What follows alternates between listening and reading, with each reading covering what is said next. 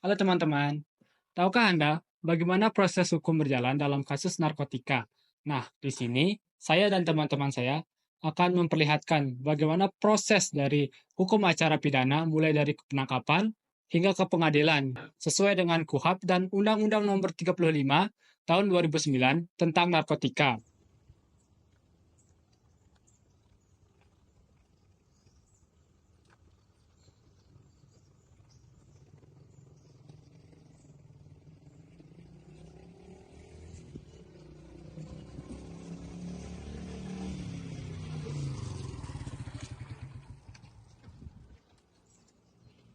Kamu,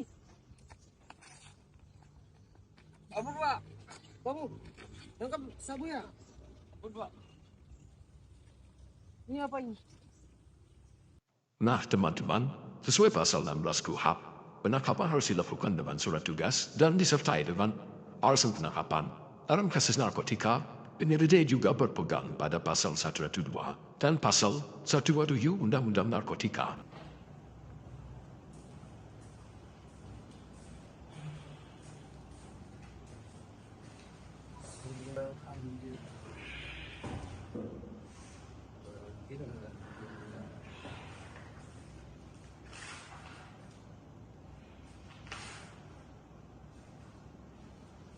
Baik, di sini saya telah mengangkatkan terkait barang bukti dan juga alat bukti yang memang sudah kami temukan. Dan apakah memang benar ini merupakan barangnya bukti? Benar, Pak. Saya ingin bertanya sedikit saja, apakah sebenarnya Anda ini pengguna dan juga pengedar? Saya cuma sebagai pengguna dan mengedarkan sedikit pun. Saya cuma dapat dari teman. Dari teman ya. Oke, karena bahan surat bukti sudah terpenuhi, jadi benar bisa melaksanakan proses ini sedang. Penyidikan dilakukan untuk mengumpulkan bukti yang sah. Jika cukup bukti, maka akan diserahkan ke jaksa untuk melakukan penuntutan. Berdasarkan berkas dari penyidik, Anda juga memiliki 0,5 gram sabu. Saya akan melimpahkan perkara ini ke pengadilan. Ancaman pidana maksimalnya 12 tahun.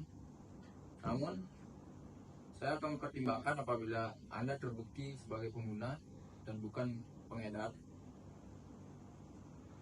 Saya minta keringanannya Pak, karena memang saya sebagai pengguna bukan sebagai pengedar. Nanti kita buktikan di pengadilan. Nah, menurut pasal 54 Undang-Undang Narkotika, pecandu dapat menjalani rehabilitasi medis dan sosial. Namun, penuntutan tetap berjalan sesuai dengan mekanisme hukum acara pidana. Saya menuntut terdakwa berdasarkan pasal 127 ayat 1 Undang-Undang Narkotika dengan pertimbangan terdakwa adalah pengguna dan layak rehabilitas. Saudara terdakwa, apakah Anda memahami dakwaan dari penuntut umum? Paham ya Bu ya? Ya, saudara terdakwa dipersilakan berdiri karena kami akan membacakan putusan kepada terdakwa. Setelah mempertimbangkan semua bukti, saksi, dan keterangan ahli, demi keadilan berdasarkan ketuhanan yang Maha Esa, pengadilan memutuskan terdakwa dijatuhi pidana rehabilitasi di Lido selama 6 bulan. Jadi, putusan hakim mengacu pada keadaan obstruktif dan berseperenuan terhadap pengguna narkotika. Ini bagian dari upaya negara untuk memberantas narkotika tanpa melupakan hak asasi manusia. Nah, teman-teman, begitulah proses dari beracaranya hukum acara pidana dalam kasus narkotika. Ingat, narkotika bukan hanya merusak diri, tapi juga merusak masa depan. Jadi, pahami dan jauhkan dari penyalahgunaan. Dan ingat, hukum tidak pernah bermain-main.